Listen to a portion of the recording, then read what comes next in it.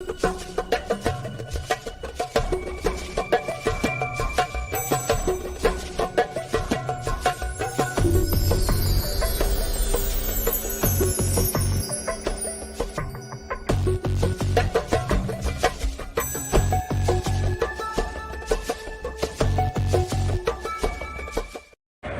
this is Dominic Keating. I played Lieutenant Malcolm Reed on Enterprise, as you probably know, and you are listening to the NX7062 podcast. Enjoy. You are listening to the NX7062 podcast. Good evening to my audience. Happy Monday, Faith. Hello to all. I see some new people already out in the chat. Hi, Robert. And I know you guys are all here for a very specific reason, for a very special guest that I have, and he's going to be coming up in a few minutes. We're going to be talking about Star Trek, Enterprise, comics, collecting, all the fun stuff, just in time for the holidays. Oh, look at him, multitasking. See, look at this. I never do this when I'm on somebody's show, but that is awesome. Foo is very comfortable hanging out in my green room. I wish I could offer him snacks, but virtual green rooms don't have that luxury. But let's get right to what, all the little things that I want to chat about before we bring Foo on. Hi, Lasso. Before I forget, Lasso, as always, thank you so much for hooking me up with Comic Foo so that I could have him as a guest tonight. Oh, Faith, you're awesome. Thanks for dropping by. It's always so good to see you. As a lot of you probably heard, on Friday, Michael Nesmith passed away. If you didn't hear about it from anywhere else, I posted about it. And my post basically said, before I was a Trekkie, I was a Monkees fan. I've been a Monkees fan since, I saw the reruns. I didn't see the show originally, but I did see the reruns. And I fell in love with them. I fell in love with their music. Of course, Davy Jones was my guy. But I just actually saw Mike and Mickey do their farewell tour in Atlantic City back at the end of October. So glad I took the time to go. But I can say this. I did sit down and do a couple monkey marathons over the weekend. I have everything on DVD. And the one thing I noticed is, and I've mentioned this before, Arlene Martell, who played T'Pring in the original series in Amok Time, which is my favorite episode. Hi, Jean, which is my favorite episode. Was actually in 2 episodes of the Monkees. She was in one of my favorite episodes of the Monkees in the first season called Card Carrying Red Shoes. No, I'm sorry. No, that was another one. Card Carrying Red Shoes is an episode. It's the wrong episode. So The Spy Who Came In From the Cool was Arlene Martell's episode. And then she did one again in the second season as a brunette. And I love her, and she's awesome. And Squatchy's here, just like he threatened. Now, he's not going to be on video, but I do remember that you were told to wear a red shirt. So I hope you're wearing a red shirt. We'll have to take you in the honor system on that. So there is that tie-in that Arlene, who was in a lot of things, actually, in the 60s, but most notably for me, in both the Monkees and Star Trek. So there is that Star Trek tie-in. And I know we also talked, and Lasso, pay attention, we also talked about me trying to find some tie-in for Bewitched. Because you have to figure somebody from Star Trek was somewhere in Bewitched. I just haven't sat down, haven't only had a chance to watch all the episodes of Bewitched. I don't have access to them when I have access to other things. But I will tell you that the actor, and I know Lasso is going to chime in here, the actor that played Dr. Bombay on Bewitched was also in an episode of the Monkees.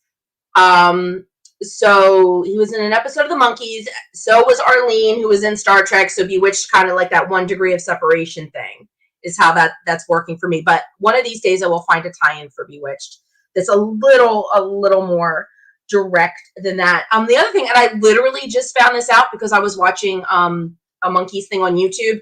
Mickey Dolenz at one point, when somebody asked him about the band and were they a band and how were they a band, because they also started started for the TV show.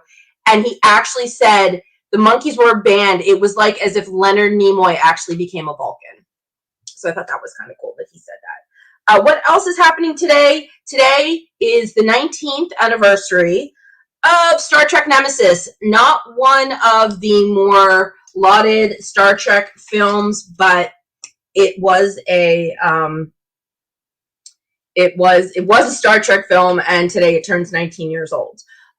In honor of Christmas, a friend of mine messaged me. He just got the Captain Archer Christmas tree ornament. So of course I had to turn around and show him that I have the Talking Enterprise ornament, which he also has, but he does not have the Trip ornament, and I do. And then he asked me what year it was, and when I looked, it turns out they did the Commander Tucker ornament in 2004, which of course was the season that they killed him off.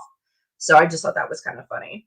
Let's see. What else we've got? Well, of course, we've got to talk about Discovery because it is now playing all over the world. So the spoiler ban, I have lifted the spoiler ban. This past week's episode, I was kind of meh on it. I liked Tilly's storyline because she's struggling to find, oh, Jean, you are awesome. Was he really? That just puts it right in there. Thank you. Saved me a whole hell of a lot of time. Thank you. That is awesome.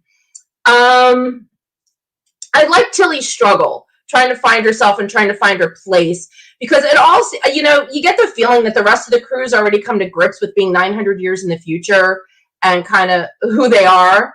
All right, well, you know what? Credit where credit is due. Thank you for typing it into Google, Jean. How's that? I appreciate that.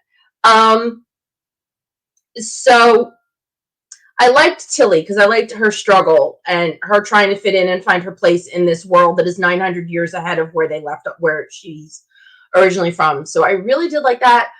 I just hope that we are not going to spend the rest of the season watching Michael ride to the rescue all the time. It's going to be like a Wesley complex. And the only reason I say this is because she needs to be wrong at some point.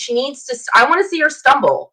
All the captains stumble. Archer especially had so many stumbles, and I just feel like things are going too well right now in a way. I mean, yes, we've got the DMA and we don't know what it is. I guess we're going to find something out soon with what's going on. I think there's something coming up in this week's episode.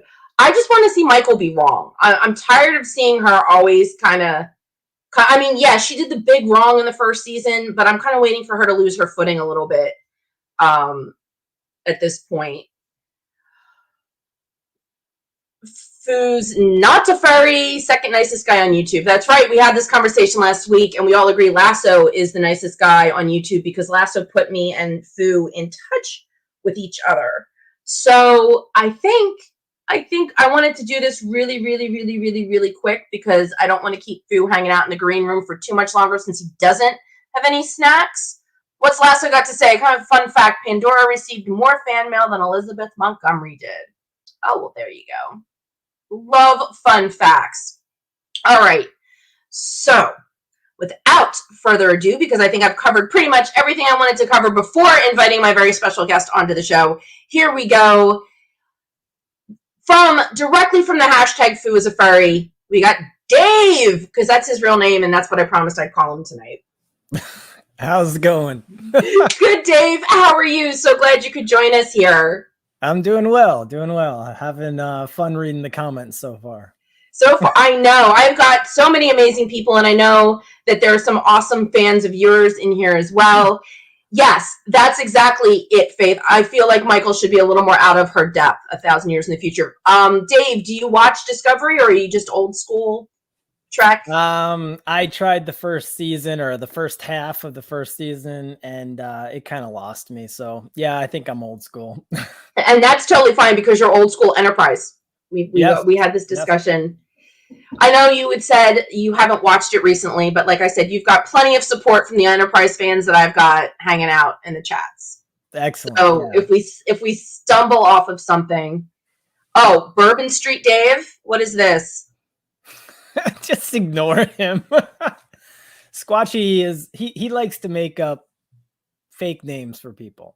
Okay, well, see, the beauty is this is my podcast. It's not the Foo and Squatchy show. So if I want to kick him out, I totally could. And if he's wearing a red shirt, we all know that that's exactly what's supposed to happen to him. Yes.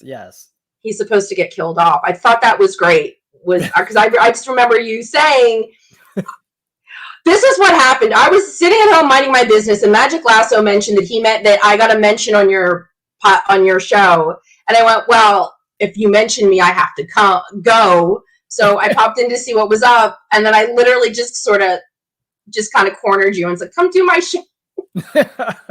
No, that's fine. Happy to do it. Yeah, and then Squatchy had to make a comment, and then all I remember is thinking, the minute you said, well, you've got to wear a red shirt, I'm like, yep, he's going to be the perfect guest. Yeah. Squatchy probably still doesn't even know what we're talking about because he's not a truck guy, is he? He has no idea. It's going right over his head. Which I think is even more amusing than if he actually knew what we were talking about. Right. So, as I mentioned, just because of circumstances and the holidays, this is my last live show of the year, so I'm really glad that you're joining me.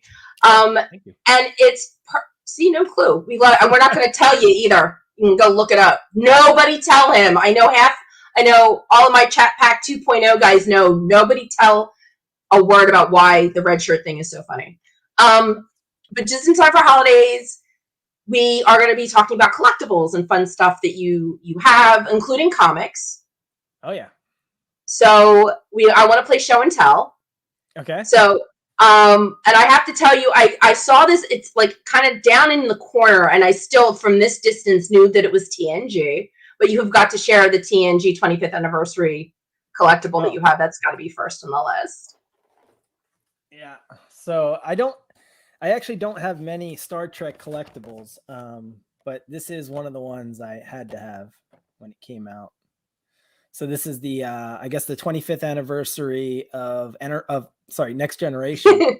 And it's got all their different Pez, and it's even got the Enterprise there in the middle.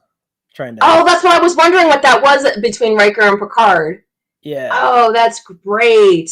So no Wesley though. They actually put the Enterprise in instead of Wesley. Yes. That was a bit of a snub. Because you're right. It's got all of the other original cast. That was a bit of a snub. Yeah. So there's also, I don't know, there's a new Lego set out for TNG. And Will Wheaton's been talking about it because the expression they put on his face was terrible. Oh, no. It was insulting. And people have asked Will Wheaton, what do you think? And he's like, I was not a big fan of Wesley's. No? I thought he was annoying. But he kind of grew on you over the years. I don't know. Like, I remember watching it as it was coming out. And I was a teenager, and like we would go to school the next day and everybody was talking about the show and reflecting on all of our notes and all. And I guess not everyone, but there was a small little group of us. Right. So, but yeah, Wesley, he was, I always thought they were going to do more with that character because they always hinted at more, but I never felt like they fully quite delivered on that. Yeah, and what was interesting was I got into the novels, into the TNG novels, and one of the ones I read, my favorite one, the first one I ever read was Mzadi by Peter David. Yes, I love that one. Yeah, and it just it sucked in a way because it was so well, but Wesley was in it because he wrote it before Wesley went off with the Traveler. Oh. So now you have funny. Yeah. So I was just like. Now, did you say Peter David wrote that?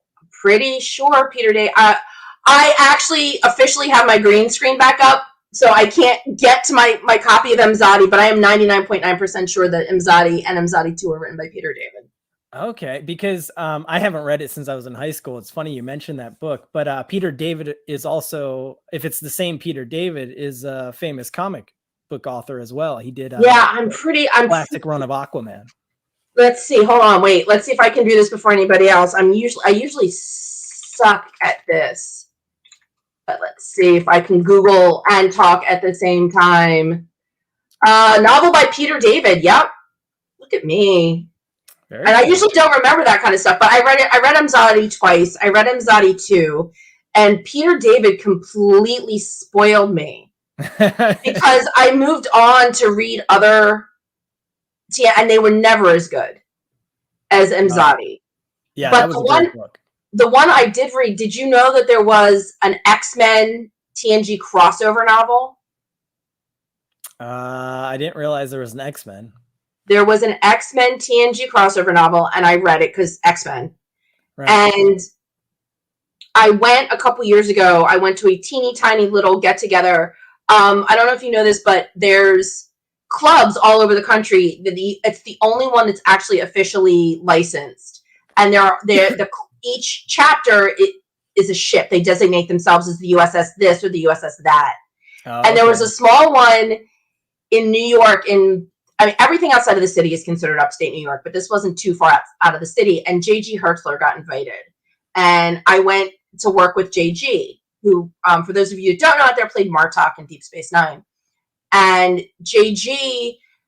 and I sat through some of the panels, and one of the authors was getting on me. He talked. He goes, "Yeah, I wrote this novel. It wasn't very popular." He's like, "I wrote the TNG crossover episode with X-Men," and I went, "Oh, I had that." And the room was so small. He heard. I was like, "Oh, like no, I had that." If I had known he was going to be there, I would have tried to dig it up and gotten him to sign it. Wow, that's cool. But yeah, I didn't know about that book. I'll have to look for it. Yeah, no, that one. The other one I read was the one with Loxana and Q. Those are the only 4 that I really liked. And I can't remember what that one was called. Somebody will probably come out and see, those books were popular when I was in high school. I'm sure I read a few of them, but Imzadi is the one that stands out actually. Faith was 2 and Wesley was he was adorable, especially I guess if you were 2. But I was a teenager. We came out in 86? Yeah, so I was 16. Oops. Don't do math, people. Came out in 86. And but one of the first Star Trek conventions I went to was really funny because Will Wheaton was there. And first thing he says, he gets up on stage and he goes, "Okay, so who likes Wesley Crusher? Stand up." And a handful of people, mostly middle-aged women, they all stand up. Right. And Will goes, "Okay, everybody standing up, kill the people sitting down." So even back then, he had a sense of humor about the way his character was received. And I actually like Will Wheaton, the human being, way better than I ever got into Wesley Crusher as the character. Yeah, I think it's so neat. Like, he shows up to every single Comic-Con. Like, I've seen him several times now because he just shows up to all of them. Yeah, he does. He was actually on the Star Trek cruise that I was on. I just never got a chance to talk to him. I saw him like the last night, but I had overheard him saying something about being tired and wanting to go back to his room. And I'm like, that's, I'm one of those people. I won't like get in his, I'm like, I respect that.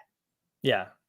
Yes, Will Wheaton from The Big Bang Theory. I thought he was great because he was so, again, because he was very tongue in cheek about his character. I mean, it was great. And I mean, the address on his house was 1701. I noticed that the one time that Sheldon went to his house. the house number was 1701. I'm like, yeah, okay, that makes total sense for The Big Bang Theory. But they had Brent Spiner on there at one point that I thought was great because he opened, I think Sheldon had in the box Data, and Brent's like, "Oh, look, my action figure," and he ripped it open. I was just like, I miss Big Bang. I mean, young Sheldon's good, but I just miss The Big Bang Theory just because it was such a great geeky show. Yeah. I loved all the geek references. So what about the Orville? Do you watch the Orville? Yeah, I love that show. It's refreshing. I mean, it is. In a weird way, it feels like old Star Trek. And I mean, obviously some of it's a parody, but it's great. Well, yeah, and I mean, it does definitely have Seth's stamp on it, but I will tell you this, when I was at the Vegas convention back in August, I got a chance to chat with Rod Roddenberry. Okay. And we talked to him, my friend and I, we were talking to him about his mom because Majel Barrett was just amazing. And I said, wait, I got to ask you this. And he said, yeah. I said, the Orville, a love letter to your dad? He said, yeah. So. Oh, that's nice. Like, that's all. Like, I should have recorded him saying it, but it didn't even occur to me because we were just at the bar hanging out. But I needed to hear it because it's amazing, the fans on social media and how they all think they can speak for Gene Roddenberry. in one way or the other. Right. I'm like, you know what? I'm just going to the frickin' source, because if I'm going to believe anybody that's going to tell me that what I think, like, again, that's just my opinion, but I wanted to get it verified, and Rod verified it for me. So yeah, no, I love the show. It's in fact, I've got the comics too. I should have thought to bring them. all right. Okay, so Jean would like you to up your volume. Can you? I'm not sure if I can bump you up. Let me see. I mean, I don't know that I. Wait, I think I can. No, I do not have control. It says edit. It says edit mic settings. I can't edit your mic. Maybe you can edit from the source. I don't know. Up the jam. He's just being quiet. Oh, okay. Oh wait, I think I did. Try to talk louder. There you go. Yeah, you definitely sound better in my headphones. Okay. I also got I was told I'm dumping all of this at Lasso's feet. So if this is horrible and it's like totally inappropriate, it's all Lasso's fault. I doubt it, but I'm just putting that out there before I ask you this question. I'm supposed to ask you what an AOR is. Oh, an AOR. Well, so in the comic book community, we have started this thing called an AOK, which is an act of kindness. And it's just where we send somebody a book that they've been hunting after, right? So I kind of started the AOR, which is the act of revenge. Unknowingly so, because I kind of started this habit of cutting up little tiny squares of paper with my logo on it and filling the AOK boxes with that as the packaging. And Lasso was one of the lucky winners of that. And so Brock says it's called Foo-Fetty, which makes sense. Yes. And yeah, so, and as a result, it probably wasn't the smartest idea on my part, because of course this took off, and then the community thought that it was extra fun to send me packages full of glitter. I was going to say, I've heard you've gotten glitter bombed, so that's several times. Yes. More than a few. Some have worked, some have not. Okay, so the Orville new season starts in March. I don't remember the date. I do remember the month. It starts in March. It's going to be on Hulu. They moved to Hulu, which is going to be awesome because it's Seth MacFarlane, which means, you know, the swearing will begin, which they couldn't do on Fox. It's one of the producers is Brandon Braga, who created Enterprise with Rick Berman. Yes. So I have been waiting for, what is it, 3? This will be the 3rd season for somebody besides John Billingsley to show up on the show. Because John Billingsley, I mean, I love John Billingsley and Robert Picardo as like dueling doctors. I thought that was great. Yeah. And John Billingsley's amazing. But I think it's about time for a bigger Enterprise reunion on that show. That's all I'm saying.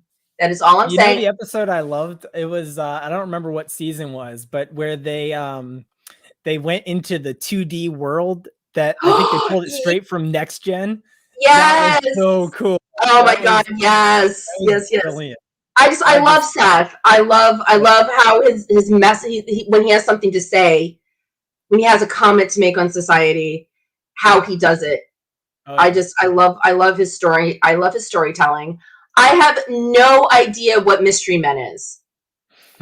So Mystery Men is my mystery box unboxing show that I do with Squatchy and okay. Well, I will tell you that the only AOK I have ever received was from Magic Lasso, and look, this is another reason why I decided to change how I was doing my background, because you can see it a little bit better if I can. There we go. Actually, you know what? I haven't even read it yet, but I'm going to take it out of the bag so that hopefully the glare will go away. And it doesn't, but there we go. This is the comic book adaptation of the original Star Trek movie. And it was Marvel Comics. And it's only the first, I mean, it's not even the entire movie, obviously. It kind of just goes up to when Spock comes back. It stops when Spock returns to the Enterprise. Don't apologize for the glare. Okay. Yeah. Magic. So you have this is the same book. It is slightly different. Okay. If you look at the corner, you see how mine has a UPC code? Yeah, and I've got Spider-Man. Yeah, so that means this is the newsstand and you have the direct copy. The direct copy went straight to comic shops, and the newsstand you found at your supermarket. And I don't know the exact year that this came out. Actually, it's 1980. So what that means then is they didn't equalize until about 84 or 85. And prior to that time period, the directs are much more rare. Whereas after that time, the newsstands are more rare. So you have the more rare copy of it. And Lasso probably had absolutely no idea when he bought it. He did not. I'm sure. And you have a diamond in the upper corner, whereas mine is a square. Oh, look at that. Yeah. See, I love this. I love this. See, thank you, Lasso. Maybe I should get it graded and slabbed at this point. But then you can't read it. Well, you read it first, and then you get it graded inside. And you know what? There's no sliding. It's perfect. It's nice and lined up. So, well done. So, you have a Star Trek double cover. Yeah, are we ready to do some show and tell? Let's do some more show and tell. All right. So, I brought with me here. So I am a comic book collector. That's the majority of my collection, although I have a big Star Wars collection as well.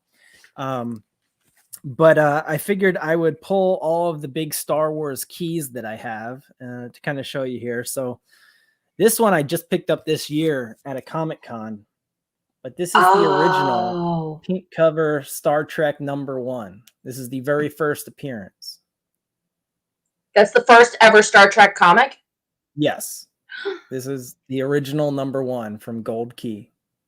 Nice. This is a much more sought after key.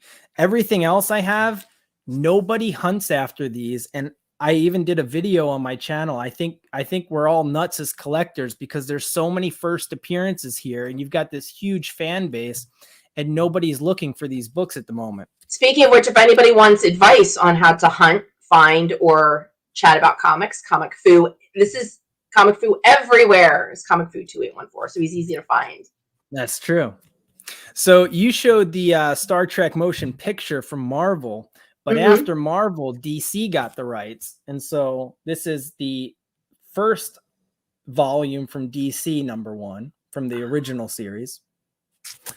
And then DC has a habit of putting out a mini series and then the main series. So this is the main series #1 for Star Trek from DC. Oh, wow. That looks like Wrath of Khan era stuff.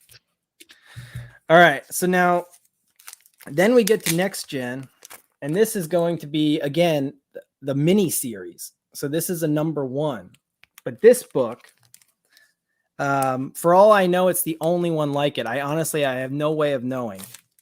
The only thing I can say is I've never seen anything like it anywhere else. And it's in absolutely perfect unread condition. But what makes this one special is, see if I can do it without damaging it.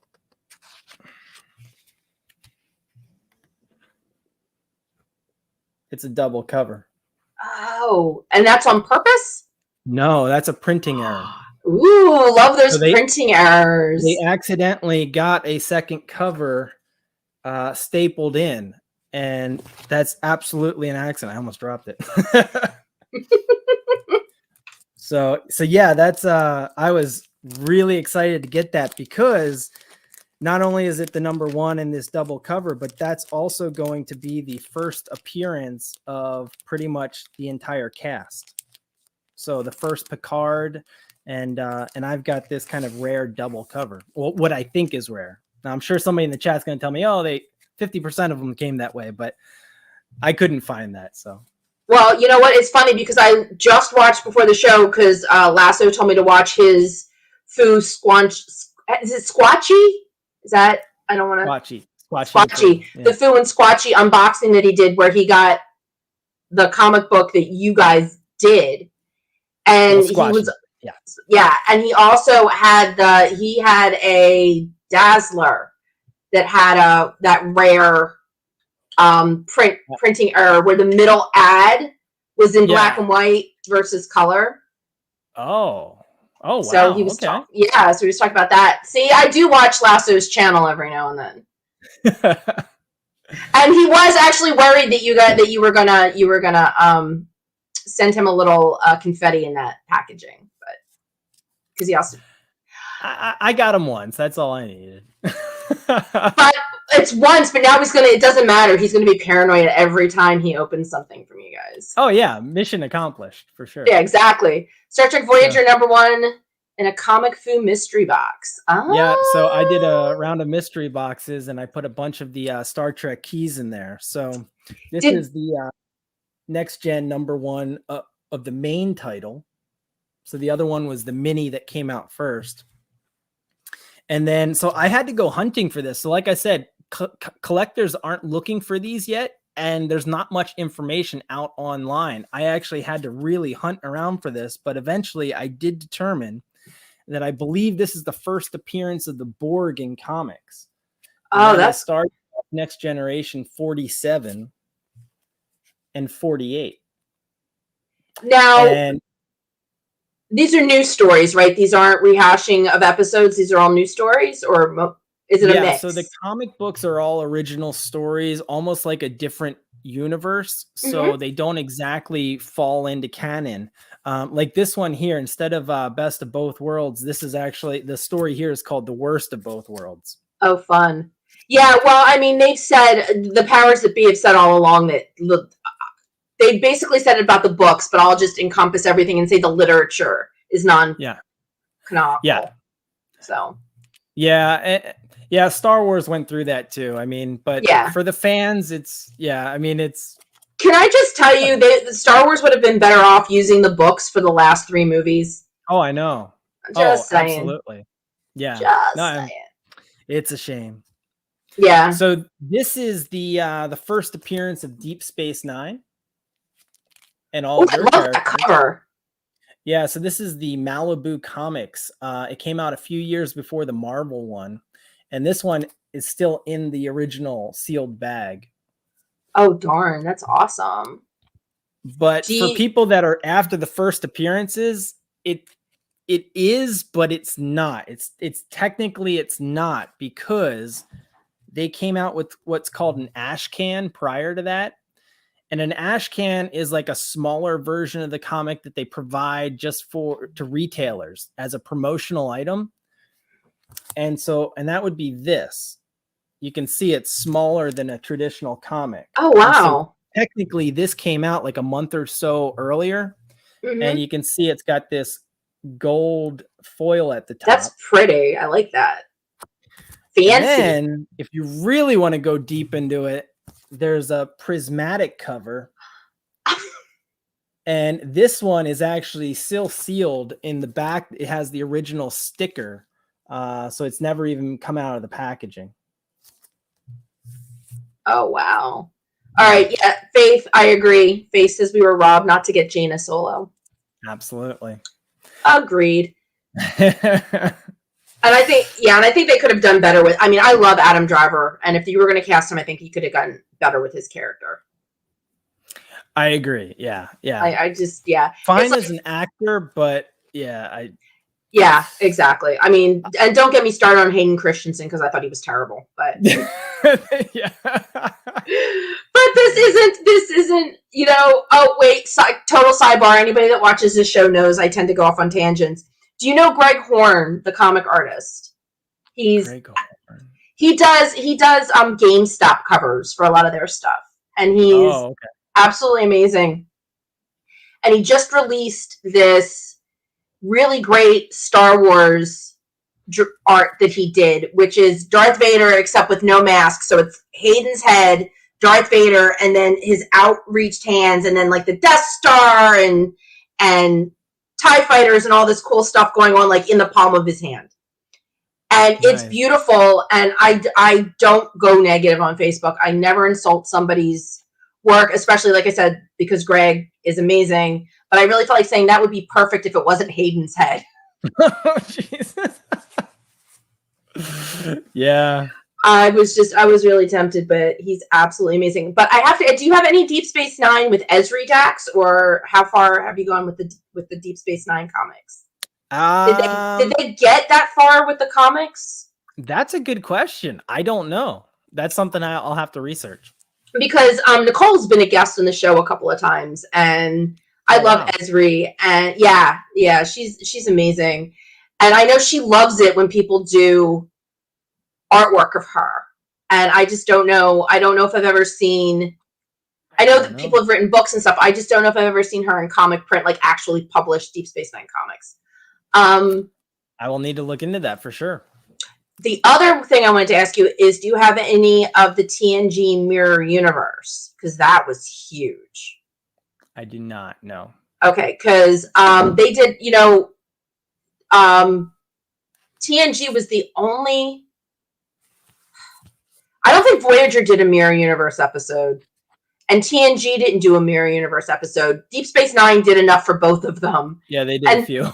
And then Enterprise had that amazing 2-part episode in their 4th season called In a Mirror Darkly, which I loved. It's one of my favorite Enterprise episodes. But Dark Horse, I'm pretty sure it's Dark Horse did TNG, a whole Mirror Universe series. Oh, okay. And when I worked the Star Trek convention in Vegas my first year, so that was back in 2017, they were celebrating TNG's 30th anniversary. So they had a whole line of Mirror Universe merch. And you have I have Captain Picard. I have a water bottle. I got a water bottle with Captain Picard on it. And their uniforms are like muscle shirts. So, I mean, Picard's got muscles out to here, and the shirt only comes to here. And Deanna Troi looks gorgeous in this like warrior, but in like this warrior kind of dress, floor length thing. But I was just wondering, because I don't have any, except for this one, I don't have any Star Trek comics, so I was just wondering if. Yeah, no, I haven't gone deep into them yet, but it's something I want to start collecting more of. So I went after some initial keys, and like I said, it took a little research. Now, when you say keys, what is it exactly that you mean? You like say a first appearance. Oh, okay. So like this is Voyager #1 from Marvel. Is it Marvel? Yeah. So this is going to be like the first Janeway and most of the crew, but not Seven, because Seven wouldn't have been in this early. So her key comes later. Yes. So that's issue 14 would be the first 7 of 9. Oh, got you. Ooh, I like the artwork on that. Yeah. I don't like Voyager. Everybody out there knows I don't like Voyager, but I do like that artwork. Yeah. And Lasso, as always, my biggest supporter. Thank you. But he had to end it with Foo's a furry. They always do. They always do. So I did bring this is actually brand new to my collection. I haven't shown it on my channel yet, and I thought I'd save it for this show. Yay! A premiere. Wish I had a drum roll. A Star Trek Deep Space Nine #1 from Marvel. So this came out after the Malibu comics that I just showed as the first appearance. Okay. But this particular comic has something very special about it. Let me see if I can get it out of the bag safely. And this one I really need to be careful with, because what's so special about this, it's going to be hard to see on camera here. Let's see if I can. Yeah. This, again, comes with a factory error. And as you can see, there are no staples in this book. Oopsie.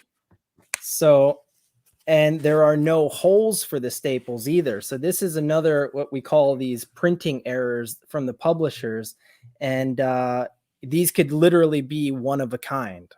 I can't even won't find another.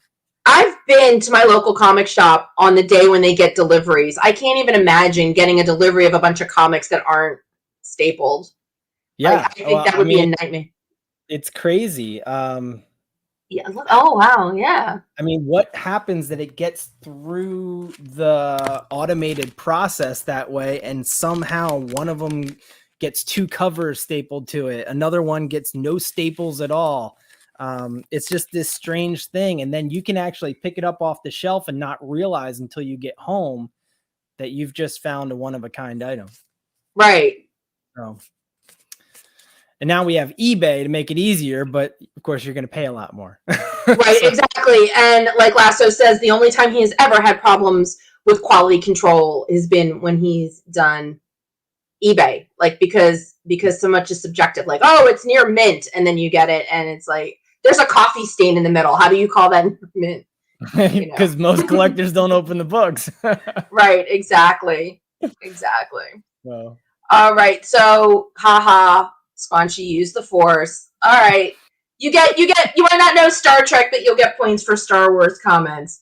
So you had another did you have other collectibles besides the Pez dispensers that you wanted to share with us? Sure.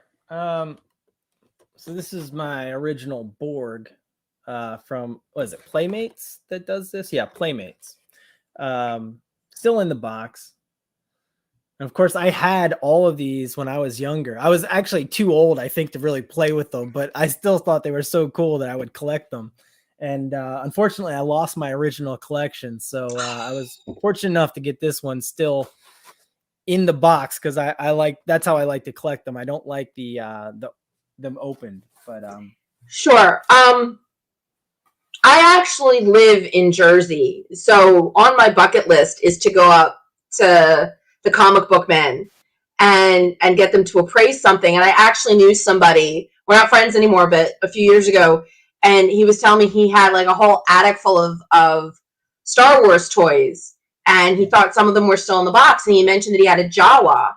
And I went, well, because I know the Jawas, it depends on the cape that they're wearing, if it's vinyl or if it's cloth, like changes their value. And I'm like, dude, give me the box. I know exactly where to go to get this appraised. It just never happened. I'm like, I'll take a finder's fee. If we can work something out. Before I knew better, I have a Riker without the beard. I have the Riker from the first season, and I opened it. Oh. Because back then, I just had the biggest crush on Jonathan Frakes, and I'm like, I want to take this out and play with it. And that was like the biggest mistake, and now I know better. Yeah. And what's funny is I see you've got I see the Superman on your wall. Is that just a picture? Is that? Yeah, it's just a poster. It's just a poster? Well, so. The one up here? Yeah, that's just okay. Back in the corner by the Storm Cat, by the food. Yeah, what is the food trooper? Yeah, the food trooper. The food trooper. So in May, I went on a road trip with a friend of mine, and one of the must stops, we went to Metropolis, Illinois, to go to the Superman Museum. Yeah, that place is neat. It is so neat, but are you ready to see what I found in the Metropolis Superman Museum? A Zephram Cochrane. Oh, that's awesome. From First Contact. First Contact, yep. It's stapled. Like it was $10. The plastic is stapled to the board. Yeah. I didn't care.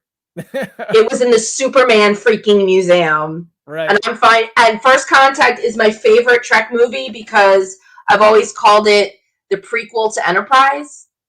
Yeah. So, and I loved James Cromwell. I loved his Zephram Cochrane. Yeah. So I was like, oh my God, it's not. But they said when I was checking out, I'm like, I can't believe you guys have this. They're opening another shop of other collectibles that have just kind of fallen in their lap. She said, we have so many collectibles that aren't Superman related. Wow. They were amazing. Opening. Yeah. Okay. So Lasso wants to know, and you slid in. Ha ha. I honestly want to know, how is there a cat head on a stormtrooper body? I have to know. So the stormtrooper is just like, it's a child. It's like the size of a young child, right? Right. And yeah, I think I remember those. Yeah, because they had a Darth Vader to match, didn't they? They did. Yeah. Absolutely. So it's from The Force Awakens, I think. So I saw it at Target one time and I mentioned to my wife that like, hey, I'd like to get one of those, right? And she didn't know why, but I wanted it because it's really great for hiding around corners and scaring somebody when they walk around, having this thing stand there where it's not supposed to be. So So I used it like that for a very long time. And then I started the YouTube channel and it used to just sit over in the corner. But the cat head is my son's because he's the one that got me started on YouTube. He actually did it first himself, but I had a rule. He wasn't allowed to show his face. And so he went out to the store with his mom one day and convinced her to buy the cat helmet because he thought, well, if I put the cat head on, then I can go on my YouTube channel. So all right, let's see. Jean has something to say. Most of the Star Trek comic books have trading cards. Oh, did we know this? That's interesting. Yeah, I didn't know that. All right, I have to give a shout out. This is Wendy. This is the friend that I went on the road trip with that has never come to my show. But she gets a pass because she lives out on the West Coast. So she's actually usually driving home from work. Oh, okay. All right. So we give her a pass. But I don't know if Wendy, if you were watching, but I showed the Cochrane that we found. She was with, I was like, oh my God, Duff from Cochrane. So she was with me when I found it. We actually met at my first Star Trek convention, and our little motto is we met through Star Trek, but we became friends because of Enterprise. Nice. because we just bonded over Enterprise and so what do you think it is that people didn't take to Enterprise like they did to some of the other shows? I think that a lot of the problems that people had with Enterprise was that it was a prequel. And first of all, and I don't know why, because anybody wants to fight me on this, they are more than welcome to, but people had a problem with Where My Heart Will Take Me. It's like the minute that it rolled, everybody's like, oh my God, the theme has music. And then I think from there, everybody was just ready to knock it down. So yeah, the opening was definitely different than the others, but I mean, it's just the opening. It's just the opening. No, I think a lot of people, first of all, and I've argued about this so many times, and the thing that people don't get is that yes, the technology of the day is different. So yeah, the NX-01 is technically going to look different and better and maybe newer than the original Enterprise, even though the original Enterprise is supposed to be 100 years more advanced. Right. So everybody was ready. But it's like, yeah, exactly. I mean, seriously, if you had made the NX-01 look like nobody would have watched it. Nobody would have cared. It would have looked like it's the reason I didn't watch Doctor Who was because the sets were terrible. I didn't get into it until later, but it's the same thing. It's like they would have complained the exact opposite way. Yeah. You know, it's 2000. Why does your ship look like cardboard stacked together? Yeah. I loved it. I thought it was, what I really liked about Enterprise that, and they did do it on some of the others, like Deep Space Nine certainly did it to an extent, but I love the season-long arcs. They even had some that went like 2 seasons, right? Right. And I really liked that. That really drew me in. Partly probably though, because at the time I saw it, I was binging it. So I was getting to see them all back to back. And I think that probably helped some. Yeah, it did, because a lot of people would argue that the 3rd season of Enterprise was the worst. In fact, there's a band called the Star Trek Rat Pack, and it's comprised of Star Trek.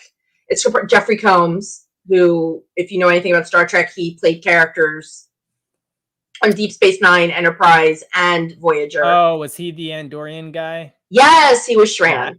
Yeah. Love Jeff. Jeff's amazing. I would love to get Jeff on my show. He's awesome. Ethan Phillips, who played Neelix in Voyager. Yeah. Casey Biggs, who was all over the place. He played he was the Cardassian. He wasn't Gul Dukat. He was the other one. is a Cardassian in Deep Space Nine. Sean, I loved the third season of Enterprise too.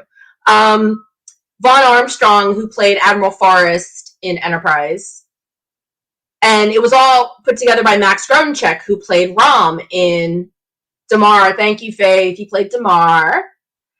And then Max Gruncheck, who played Rom in Deep Space Nine. So they do like this, they call themselves a Star Trek Rat Pack, and they do all these amazing parody songs. And they are absolutely hysterical, and you can totally find them on YouTube. But the one that they do that cracks me up is the one about the Xindi to the tune of Windy by the Association from the 60s. Oh. Dave? Oh, he froze. We lost him, guys. See, he gets me talking about I guess, you know what? I guess StreamYard didn't like the third season of Enterprise either. So, Squatchy did... Alright, I suck at spelling. So somebody please set Squatchy straight on the proper spelling of Cardassian. If it was a free... Domestic, hey, how are you? Or Star Trek series that have come out, there's only so much time in life to give to your interest. Yes, but Star Trek deserves to be top of that. So, okay, Cardassians is how you spell it. See, I got a bunch of spellers in here. I suck at spelling. All right. Welcome back. Thank you. Sorry. That's okay. I'm really good at vamping. Rolling my eyes. Nice. Do you really have a dog that looks like Crypto? I do, yeah. She's snoring over there on the couch right now. Oh, that's I'm hoping awesome. that it's not coming through the mic. No, so far no. What kind of so I was saying, so there's this Star Trek Enterprise or this Star Trek Rat Pack, and they do these amazing parody songs. And the one parody song that they do is Xindi, which is basically to the tune of Windy by the Association. Oh. So it's like who killed Enterprise? It was the Xindi. I'm not singing it. I sang. Melissa Longo was on here a couple weeks ago, and she got me to sing something, and I'm like, I am not singing on my show anymore because I don't have musical backup. I'll sing at karaoke any day of the week. But I cannot sing a cappella. I hate myself when I sing a cappella. But yeah, a lot of people thought the Xindi, they lost advertisers. People didn't like the whole arc idea. Wow. Yeah, I guess season 3 was the when they fired the laser at Florida, right?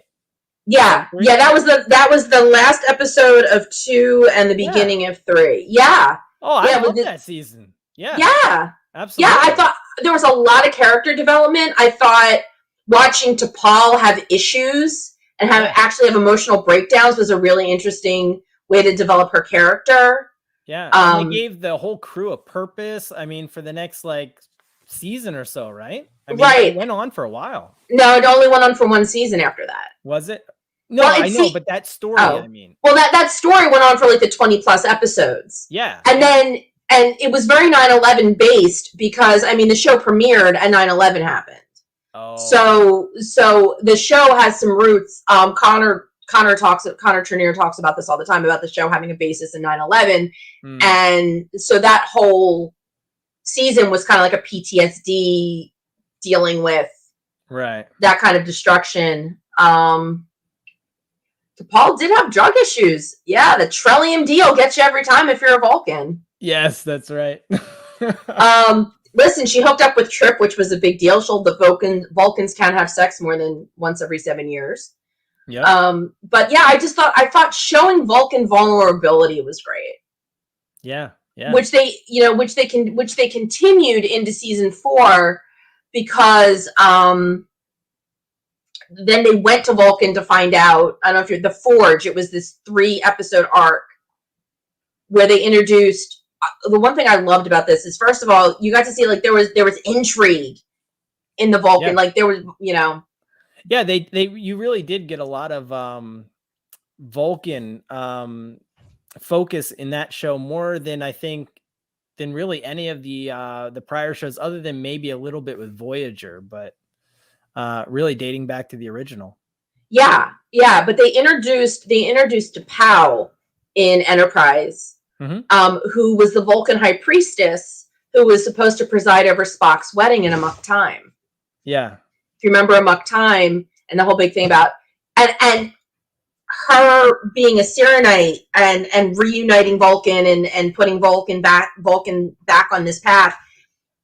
That story really, I think, fed into why she turned down the seat on the Federation Council, because that's what Kirk said. He's like, Bones, do you know who that is? That's T'Pau, the only person to ever turn down a seat on the Federation Council. And I think, you know, it kind of makes sense at that point. It's like, with everything she went through with Vulcan, to put it where it was, you know, joining the Federation just kind of wasn't on her radar. Right. Even 100 years later. Because who knows when they asked her to join? Maybe they asked her to join, you know, right after that. Yeah. So, but I loved the fact that they introduced that Vulcans have that kind of longevity, that you can introduce her in Enterprise, even though it's about 100 years before her original appearance in TOS. Yeah, I mean, they definitely had a challenge trying to do a prequel like that with a show with that much history. But I mean, I'm sure there was little things that, like, some.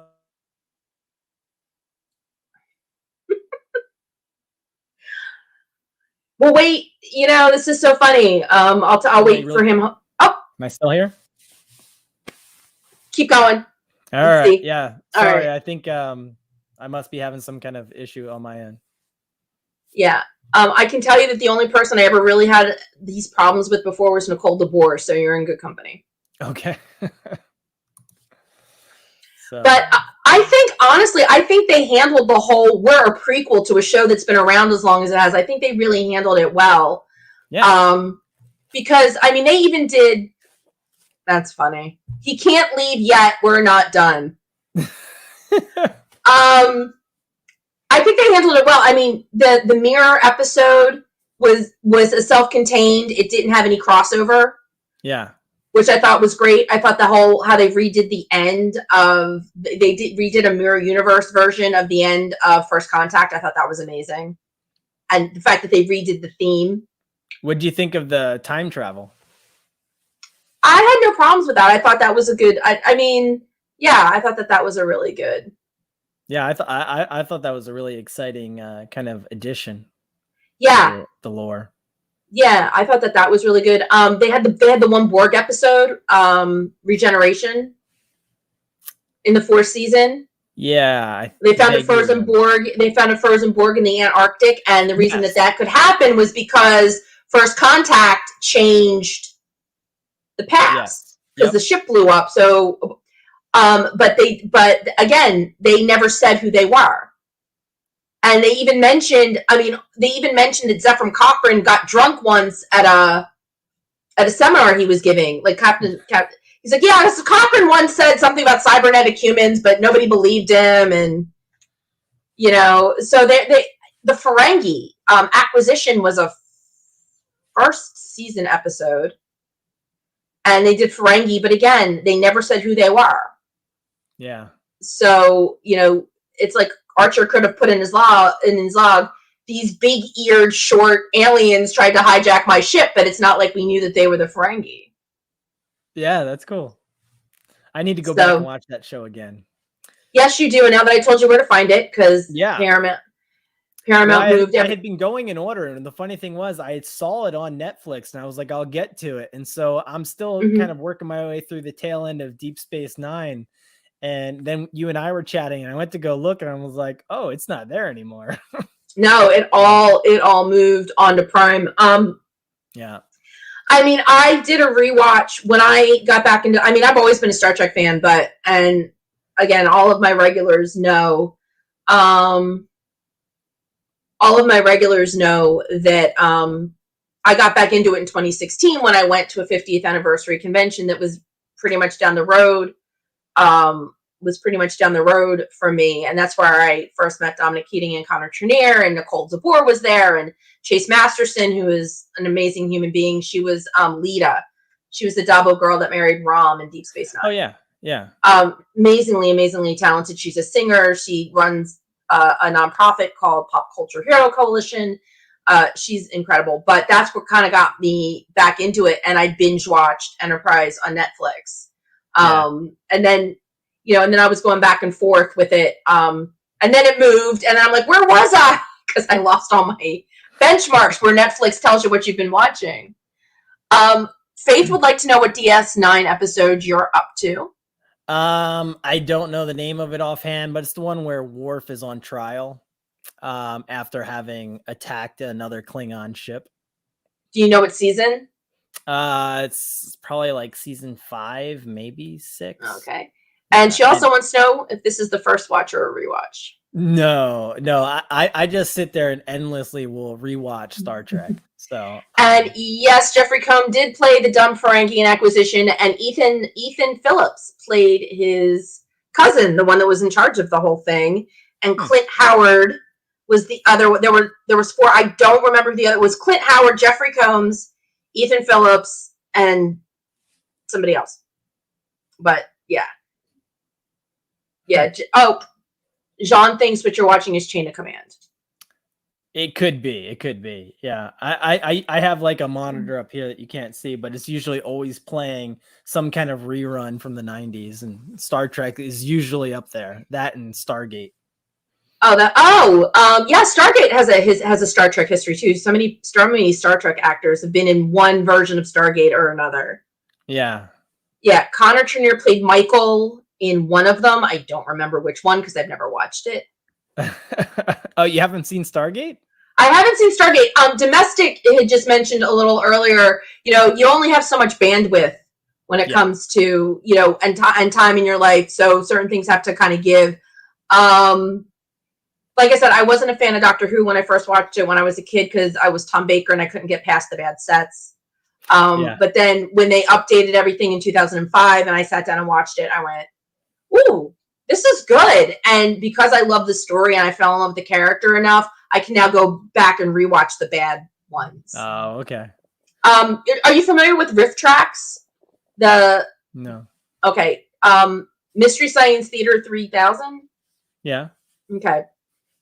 Mike Nelson and the guys that did the voices of the 2 robots got together and they do this thing now called Riff Tracks, where they do the same thing except as themselves. Oh, they just riff on movies. And I was on their website and I found they riffed on the Peter Cushing Doctor Who movie, and I had never seen one of those. And I don't know if you've ever heard of that. He's like kind of it's not canon. He's not any sort of regeneration. They just decided to do this weird, different version of Doctor Who, and they got Peter Cushing to play the Doctor. Yeah, I never got into Doctor Who, but for the same reasons. When I was a kid and I'd see it on the weekends or something, the sets were so bad, and I was like, well, no, I just didn't get it. And so when the reboot came, I guess the same thing. A friend of mine begged me. He's like, no, you'll love it. And I think it also helped that David Tennant's really cute. So I'm like, ooh, he's really cute. And I liked it so much that David Tennant was the second season of the reboot that I went back and watched 2005 with Christopher Eccleston, and he's amazing. All right. And listen, he's got Marvel roots now because he was in Thor: Dark World. Oh, okay. He was, oh my God.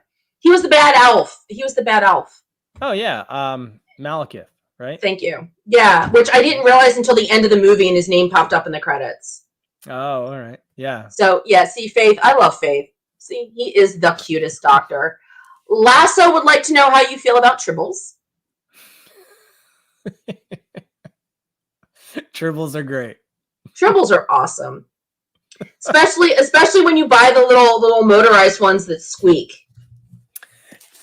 Yeah. In fact, actually, speaking of Tribbles, do I have one here? Do you have a Tribble? A Tribble comic book? I thought so. I may not have it here. No, I must not have it here. So, you're fired. I know. Well, So what many people know me for is being a Green Lantern fan. Yeah, I noticed that about you. Yeah, so the 2814, that's like Green Lantern's sector of space that includes Earth. Oh, so okay. That's where my name comes from. But I have every issue of Green Lantern, like from the beginning till now. And along with like a ton of the toys and all. So I'm trying to put together this huge collection. And one of the really cool things, though, that I did want to share, I don't know if you're aware of this, but there's actually, I think, 2 volumes here of crossovers of Star Trek. Oh my God, that's awesome! And Green Lantern. Okay, so is that's the 2009 Star Trek crew? Yeah, right? this Like the is Chris Pine, the reboot. Yeah, yeah. So what you get is, and they did like 50. That artwork's awesome. How many? Each one. They did like 50 different variant covers. Oh my God. The glare stinks, but don't ever apologize for the glare, according to Lasso. But it's just kind of cool because here's like 2 franchises that I absolutely love, and this one's amazing here. And they come together like this. And it makes sense because they're both kind of in space. Yeah, and the artwork looks awesome. Yeah. Now, is that a current Green Lantern, or is that a Green Lantern of the future? Like, because I know what. Good question. Because I know it's the Green Lantern core. So the Green Lantern powers are inherited because you get the ring. The ring finds you worthy, so you get to become a Green Lantern. See? Yes. Okay. I'm DC Gall. This is Hal Jordan, so this is the current Green Lantern. Oh, they're still writing Hal Jordan stories? Yeah, well. You like that? See? I thought... I didn't realize... These guys in the chat don't need any help, so... Oh my God! No, so, but can lanterns time travel? Does the ring allow you to time travel? No, but there's multiverses. Oh, right. So it can exist in a parallel universe. Right. And that's how we as comic collectors make it make sense in our head. Yeah, unless they put it on TV and then it just all gets blown to shit. Yeah. Oh, well, there you go. Jean loves his Hal Jordan. There was supposed to be, they introduced him in Justice League. There were Green Lanterns in Justice League. In the battle, in the movie, in the original battles over I almost called it a Tesseract. Please forgive me. It's a square box with power. Yeah, the mother box. The mother box. There were Green Lanterns. So I'm assuming at some point they're thinking of doing a new, better, hopefully Green Lantern movie. Supposedly. Yeah, I think there's going to be a show on HBO. Oh, is that what it's going to do? Yeah, of the cool Titans isn't bad. I like Titans on HBO. Yeah, no, that's been pretty. I think everything on the CW has gone downhill. Yeah. I've told this to Lasso so many times, and anybody out there that's a fan of the CW, I used to love the CW DC did. stuff. Yeah, and it's all gone to hell. But I've decided you could make a drinking game with Flash for any time somebody says the word love, and you could be completely drunk by the time that the show was over. And I don't hate love. You're the paragon of love. Love, light in your eye. I'm like, oh my God, you need to drink to get through it. But I've come this far. I want to finish it. Yeah, no, I mean the Flash TV show, everyone loved that. It was so neat when it first came out, and they didn't know where to take it. Supergirl was an atrocity. Yeah, it was. Supergirl was an atrocity. I went to the comic shop. I'm behind on my Superman 78s, but I got lucky. I found 3 and 4. So okay. I got 2 covers for 4, and I found 1 cover for 3. Which I was just happy to find 3 at all, still there. But I was checking out, and he picked one up. I'm like, well, the value of that one went down because there's a Batwoman ad on the back, and I'm like, oh, you just killed the value of my Superman putting a Batwoman ad on the back of it. It's not that bad this year, but I haven't even watched that show. I gave up a few years ago on all of them. You gave it. I don't blame you. Okay. Jean would like to know, back to Star Trek. Were you exaggerating when you said 50, or? I think there may be 52. Because there's 52 Earths in the multiverse. Okay, and so obviously that's a DC publication? Yes. It's DC and IDW, because IDW has the rights to Star Trek at the moment. Oh, so it's a collaboration between the two. But leave it to DC to want a 52, because all I can think of is New 52. Yeah, well, there's 52 universes in the multiverse.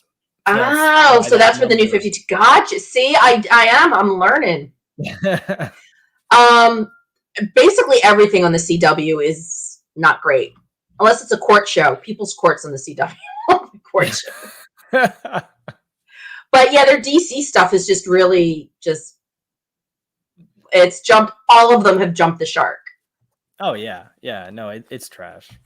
It's unfortunate, because I'm a huge DC collector and fan. I mean, I always have been. I collect Marvel too, but DC has always been where it's been at for me. And there's not much there anymore, unfortunately. I mean, I've been a DC girl since I started watching Batman 66.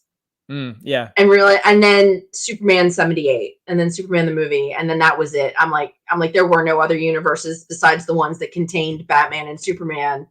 Right. Then, of course, and then all the Justice League, their Super Friends TV shows, that was it. I knew, Spider-Man and his Amazing Friends, whatever. But, I mean, I watched it, but I was always so much more about the DC stuff, but it was more. DC did a really good job early on in getting the whole team together, so you learned all of their heroes at once. Whereas Marvel, it took a little longer. That wasn't until later in the 90s, I think, where they started coming out with their team ups, like the X-Men and stuff. Right. Yeah. No, I love. Hi, I've got a cat digging. I have a cat named Reed. I also have one named Trip. And the irony is they don't like each other. Oh. I had Reed, and then I got Trip back in March, and I'd had Reed for a couple of years. I'm thinking, this is going to be so cute, and Reed's a tuxedo, so he's black and with white, and then Trip is white with some black. I'm like, oh, this is going to be so cute. They can't stand each other. I mean, I love tuxedo cats. They're so much fun. Oh my God. They get in so much trouble. Oh, I know. No, he's huge too. He's all. I had a pug who passed away back in March, whose name was Anakin. And Reed was about as big as the dog. Wow. So I had Reed and Trip, and then I have Kal-El. And then I just lost one of my cats. Passed away about a month ago, and whenever I lose one, I always I feel like that opens my home up to another one. Yeah. So I got a new one, and his name is Grogu. Grogu. Grogu. And I said, spoiler alert for anybody that hasn't watched the second season of The Mandalorian, but that's Baby Yoda's real name. Yeah. But yeah, because he's got a big head, and he's got really big eyes, and he's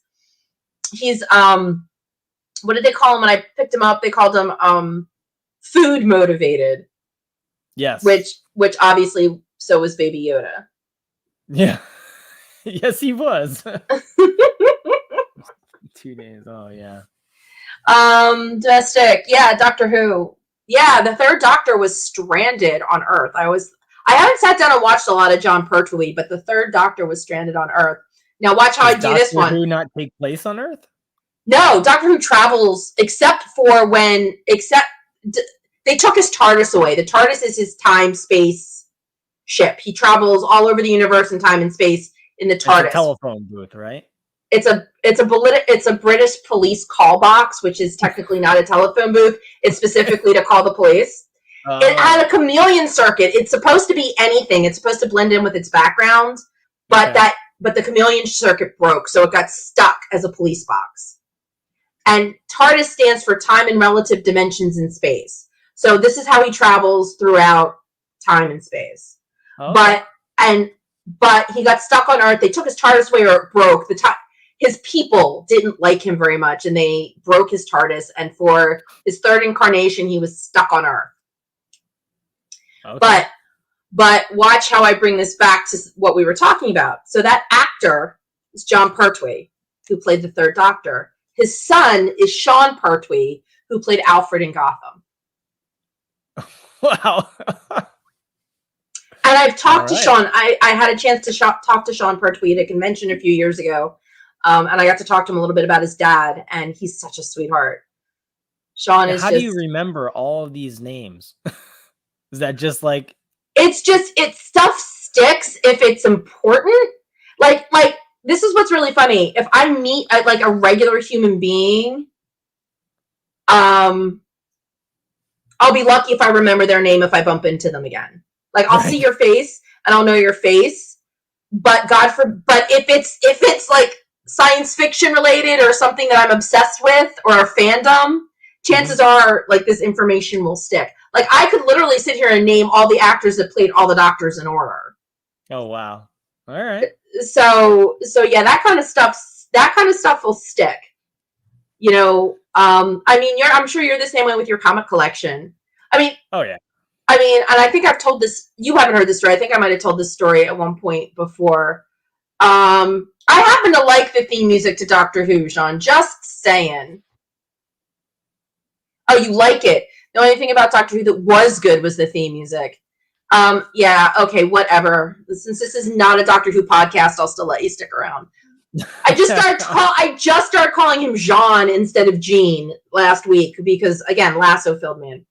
But this is what I love about, you know, like I can sit here and name, you know, all the actors that played Doctor Who. Uh-huh. When I was a kid, one of my first comic books was a Flash comic book. And I was reading it when I was supposed to be getting ready for bed, and my mom ripped it up and threw it away. Oh. And it has been my white whale for as long as I can remember. I mentioned it once to Lasso. And I actually remembered the cover. The cover had imprinted itself on my brain because I had lost it. And I said, it's the Flash. And I thought it was Captain Cold, and it wasn't. I said, it's the Flash. And he's running towards to Iris, and he's saying, for the first time in my life, I wasn't fast enough to save the woman I love. That is all Lasso needed. He found me the cover, which got me the issue number. So he got me the information so that the next time I was at a convention, I was at New York Comic Con, and I found it. Because that's all Lasso needed. And he went out, he goes, and he sends me a picture. He goes, is that it? I'm like, holy shit, that's my Flash. That's awesome. And so not only do I own it, but then I went to another convention, and I think somebody that worked on it. I can't remember if he inked it or he was an artist. I don't even remember, but now this is also autographed by somebody that worked on it. Very cool. Yeah. I love getting autographs at the conventions. If it's somebody I really care about, like I don't want to go and just spend $100 just to get like a picture or something. I like to take one of my books that means a lot to me, and then that whole experience will really stick with you. I got the guy that wrote Dark Force Rising was at East Coast Comic Con a couple years ago. Which again, I mean, the book trilogy that came out, Dark Force Rising, that trilogy, and I can't remember the rest of the books in that trilogy, but that was like the first big resurgence. Mm-hmm. I got that autograph because again, you're right. That's what's important. What is he saying? Signature King Tony likes autographs. I have no idea what that means. What is what? Signature King? Oh, it's our friend Tony. Okay. He's got like 400 some signatures, signed books. That's like the way he collects is he gets all the books signed himself.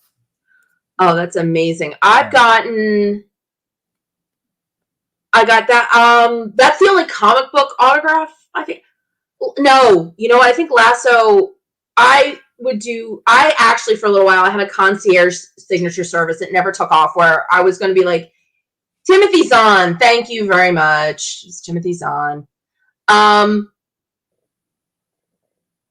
I tried where, like, if you paid me, I would go to a convention and get a signature for you if it was convention in my area.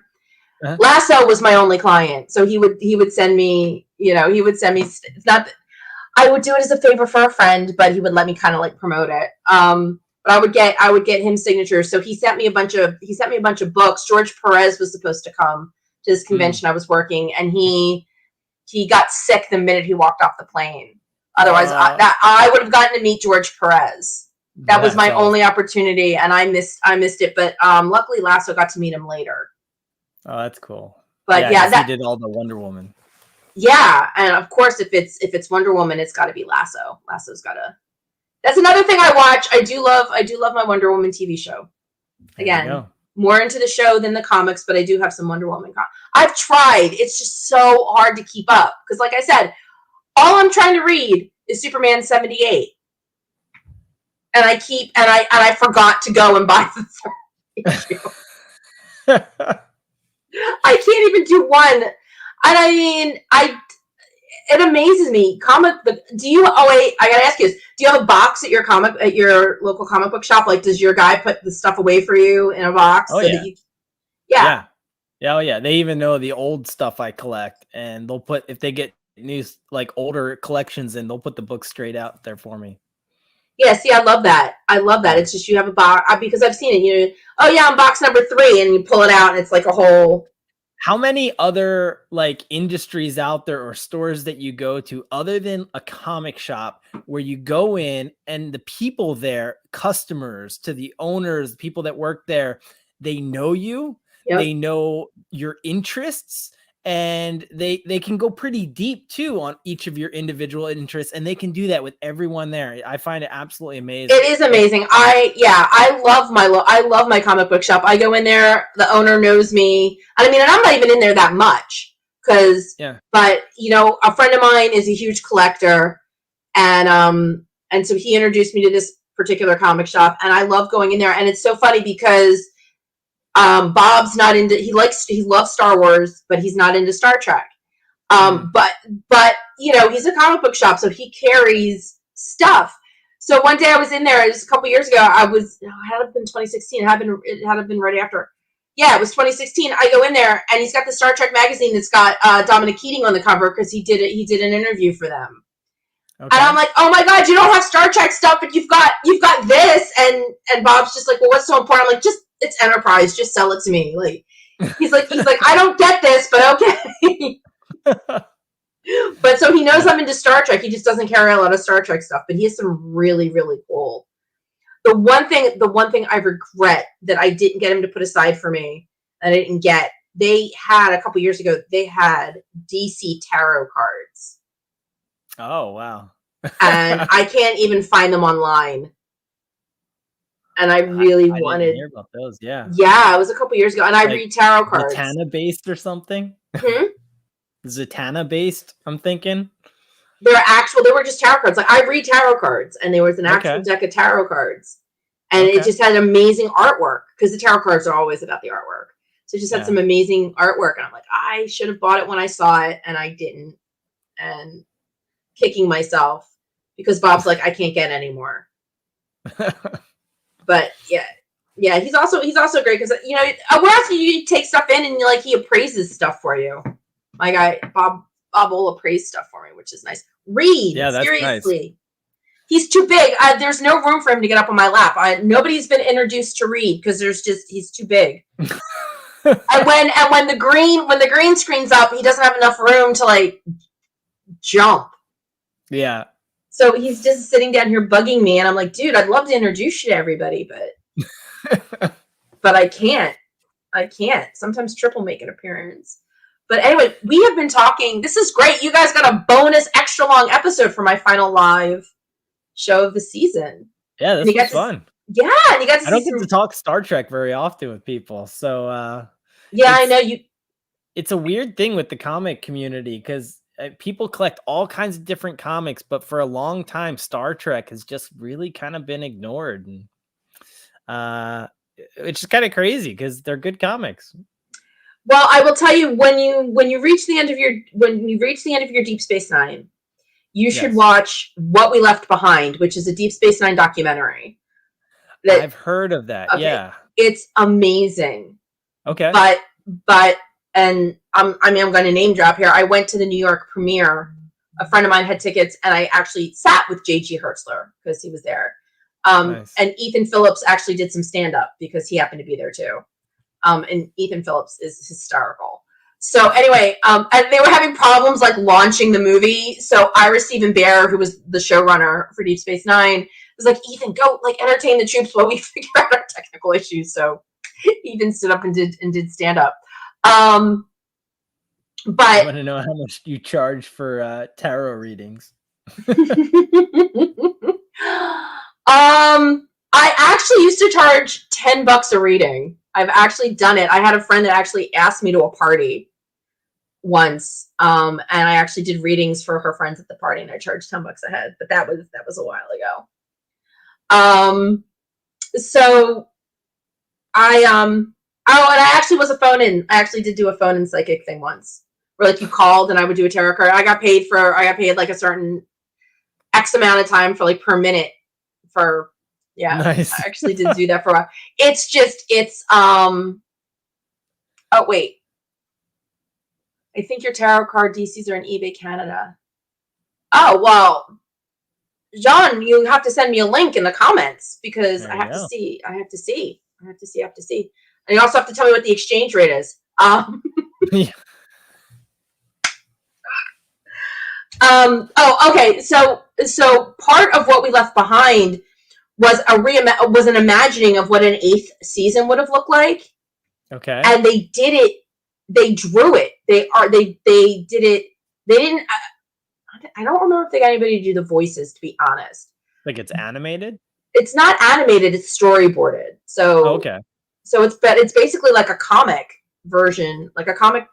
Yeah. Graphic novel version. That's the word I'm looking for. Your graphic novel version of what the 8th season would have looked like. Very cool. So, I mean, as a Star Trek fan, you'll appreciate it. And as a comic fan, you'll appreciate like that piece of it. Yeah, for sure. As well. Yeah, but there's like a Captain Nog and a Captain Dax and yeah, that's what I remember. I mean, I just it's amazing. They're actually working on the Voyager documentary now. Oh, okay. And then I think they're hoping to do an Enterprise one, like they're going in order. Very oh cool. yes, and as a fan of DS9, it is amazing. Amazing. All right. Yes, it is amazing. It was amazing. I got to meet Ira Steven Behr for like a minute because I was with somebody that knew him. And it was around the corner from my favorite place in New York City. If anybody is ever in New York City and you're looking for a great burger and a beer, you got to go to the New York Beer Company, which is on 44th between 8th and 9th. Just shouting out. Not getting paid to do that, but I just love their burgers. I just miss New York. I haven't been since COVID and everything. I haven't been in a while. Oh, yeah. But I know you're down in Nashville, which is another one of my favorite cities. Yeah. I moved here a few years ago from the Seattle area, and I can tell you where to get a great burger in Nashville too. Where's that? You know where the Bridge Bar is in the Marriott is it on Church? No, it's on Commerce. I think it's on like Church or it's on Commerce. It's the Renaissance. It's the hotel. It's the Marriott Hotel. It's the Renaissance. Okay. And their parking lot is across the street. It's across. Ryan might be able to help me out, but I'm pretty sure it's Commerce. It's on the other side of the street from the hotel. So they built a bridge. Yeah, Renaissance Hotel. What street is the Renaissance Hotel on, Ryan? Come on, help me out.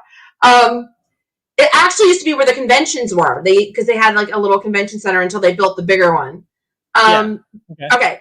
So anyway, so their parking garage, they share a parking garage with the library across the street. So they built a bridge over the street so you don't have to go outside and cross the actual street. Okay. So this walkway bridge, they actually put a bar in it. So it's not just a walkway. It's actually a restaurant bar. Oh, cool. All right. Yeah. I'll have to check it out. Hence the name Bridge Bar. And yeah, see, I was right. It is Commerce. See?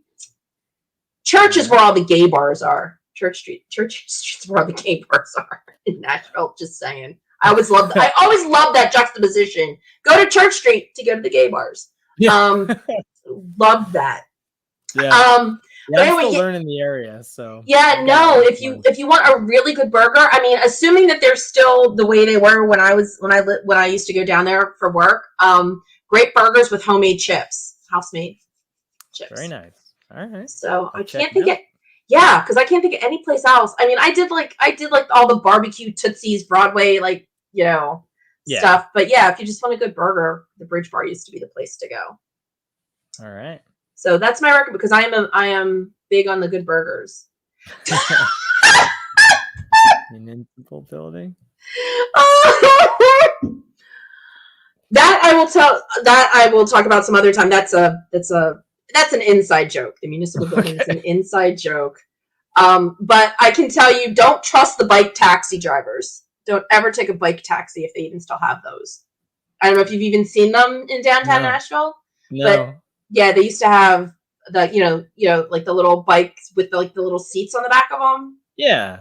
You know, so like 3 or 4 people could sit, and they would take. Yeah, don't ever, ever. Well, now they have those electric scooters, and people just leave them all over.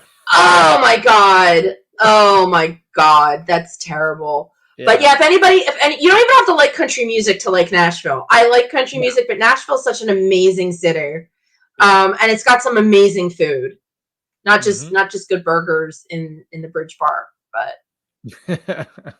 Guys, oh my gosh, the supersized final live episode of the season. I think we've covered pretty much everything, but Dave, you are welcome to come back and talk Star Trek anytime, because I know, like you said, it's not huge in the comic community. It's not like a focus. Yeah, it's in not. The comic it's surprising, community. But yeah, thank you. I appreciate it. But you up on that. Yeah, but you know what? Your homework assignment is to go and get, and I'll do it too, but we got to go find at least one Mirror Universe TNG before we. Yes, I'm gonna go look into that and see what's out there. Because, like I said, all I know from it is the merch that they were selling at the convention, but it all looked absolutely amazing. And like I said, I'm pretty sure it's IDW. Guys, thank you so much for joining me. I will miss all of you. If you're celebrating any holidays that are coming up in the next couple of weeks, have a very happy, safe holiday.